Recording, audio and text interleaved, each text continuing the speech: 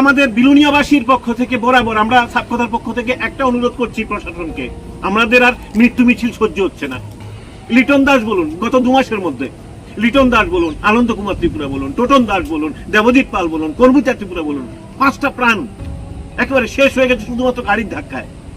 তাহলে গাড়ি ঘোড়া যদি ঠিক মতো না চলে, তাহলে আমরা ঘর থেকে বেরোনোর আগে বাড়ি থেকে সতর্ক করে দিচ্ছে যে সব সাবধানে যাওয়ার জন্য। কিন্তু সাবধানতা কোথায়? আমরা যদি রাস্তার বাঁ পাশেও চলছি, কোথাও না কোথাও ড্রাইভারদের কারণে আমাদের প্রাণ চলে যাচ্ছে। সুতরাং প্রশাসনের কাছে বিশেষভাবে অনুরোধ, এই যে কানে মোবাইল লাগিয়ে গাড়ি চালানো কিংবা মদমত্ত অবস্থায়, সেই বিষয়ে যদি আপনারা একটু ব্যবস্থা নেন। আর পাশাপাশি বিলোনিয়া শহরের বিভিন্ন জায়গাতে যে ইনসাফিসিয়েন্ট লাইটের ব্যাপার রয়েছে, অনেক জায়গাতে অন্ধকারাচ্ছন্ন রয়েছে, সেই বিষয়টা যদি আপনাদের নলেজে নেন এবং আমাদের জন্য যদি এই পদক্ষেপ নেন, আমরা সুরক্ষিত থাকবো। সুতরাং আমাদের সুরক্ষার্থে আপনারা একটু ভাবুন প্লিজ।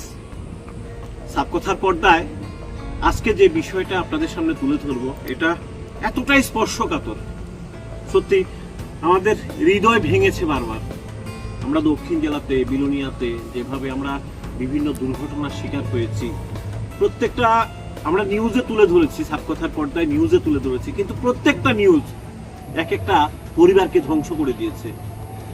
আজকে ওরা পরিবারের যারা স্টিয়ারিং ছিল ওরা নেই, ওই পরিবারটার অবস্থা খুব সাংঘাতিক। দেখুন, এর মধ্যে একটা বিষয়, সেটা হচ্ছে যেটা সাংঘাতিকভাবে আমি মেনশন করতে চাইছি, সেটা হচ্ছে গাড়ির ধাক্কা। আমরা বিলোনিয়া নেতাজি পল্লী এলাকাতে যে লিটন দাস রয়েছে বাগমাতে, গাড়ির ধাক্কায় প্রাণ হারিয়েছেন, বিধ্বস্ত হয়ে গেছে পরিবারটি, একেবারে শেষ হয়ে গেছে। ওনারও গাড়ি রয়েছে।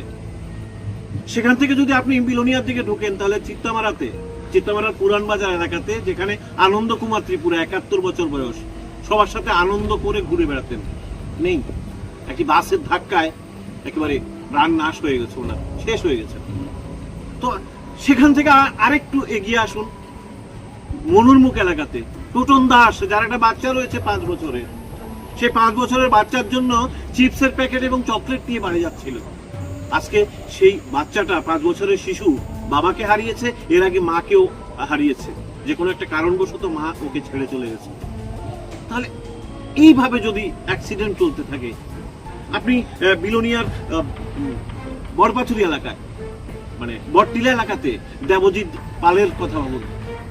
বাড়ি থেকে ছোট ভাইকে নিয়ে বা আত্মীয়কে নিয়ে বাড়ির ঠিক গেটে দাঁড়িয়েছিল, আধার রাতে একটা গাড়ি মদমত্ত অবস্থায়, একজন, যেটা অভিযোগ করেছে একজন ড্রাইভার মদমত্ত অবস্থায় গিয়ে ওকে আঘাত, মানে ধাক্কা দেওয়ার ফলে উনি মারা গেলেন। এখানটা যেটা কাল আমরা একটা নিউজ করেছি, সেটা হচ্ছে বিলোনিয়া রতনপুর এলাকাতে একটি ছোট্ট মেয়ে, 5.5 বছরের একটি একরত্তি মেয়ে, কর্মীতা ত্রিপুরা, রূপবন্ধু ত্রিপুরার শিশু কন্যা, যে অভিভাবকের সাথেই রাস্তায় এসেছিল, দূর থেকে রং সাইডে একটা বাইক এসে এমন ভাবে ধাক্কা দিয়েছে, প্রাণ চলে গেছে ওর।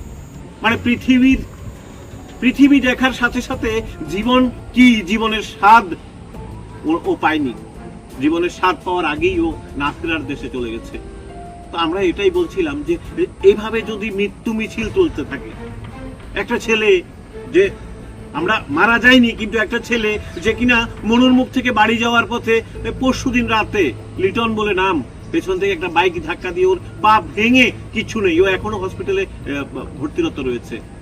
তাহলে এইভাবে যদি অ্যাক্সিডেন্ট গুলো হয়, মৃত্যু মিছিল যদি হয়, আমাদের মনে কিন্তু ভয় ঢুকে গেছে, ঘর থেকে বেরোনো যাবে না, বেরোতে পারছে না। একটা বিষয় বারবার একটা অভিযোগ আসছে, হয় মদমত্ত অবস্থায়, নতুবা আরেকটা কারণ আসছে, সেটা হচ্ছে মোবাইল ফোন কানে দিয়ে। মানে গাড়ির ড্রাইভার মোবাইল ফোন কানে দিয়ে, পেছনে যে 10 জন প্যাসেঞ্জার রয়েছে, ওই প্যাসেঞ্জারের জীবন গাড়ির ড্রাইভারের স্টিয়ারিং এর হাতে। শরীরের যে ব্যালেন্স নষ্ট হয়ে যাচ্ছে, ফোন রিসিভ করছে, কথা বলছে, আবার গাড়িও চালাচ্ছে স্টিয়ারিং। মানে এই ক্ষেত্রে পেছনে যাদেরকে নিয়ে ও গাড়িতে রয়েছে, ওদের জন্য ভাবার সময় নেই। তাই আমরা সাপকথার পক্ষ থেকে প্রশাসনের কাছে অনুরোধও রেখেছিলাম, সেটা হচ্ছে বিলোনিয়ার বিভিন্ন জায়গাতে, যেমন কলেজ স্কোয়ারের একেবারে বাজারের উপরে যে স্ট্যাচুটা রয়েছে, সেটা নিয়ে অভিযোগ রয়েছিল, দুদিক থেকে দেখা যায় না।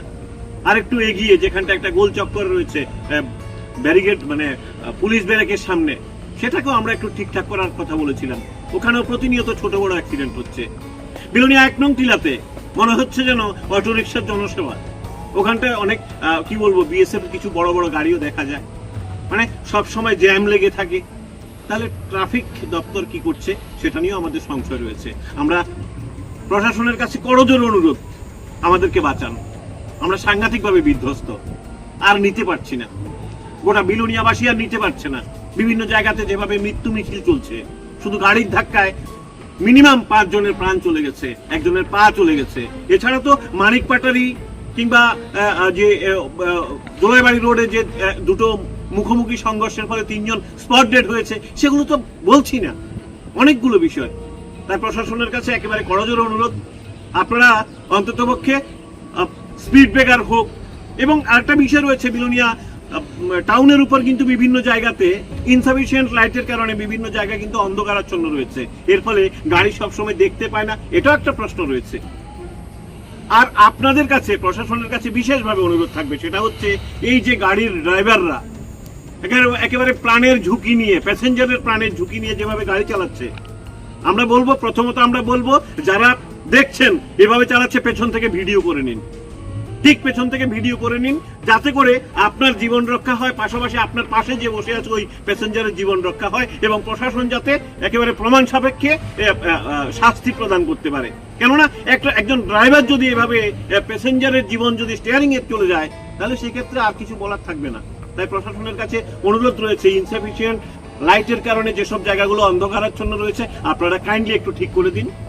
আর যে ডিভাইডার, স্পিড ব্রেকার, এগুলোর জন্য একটু ব্যবস্থা করে দিন।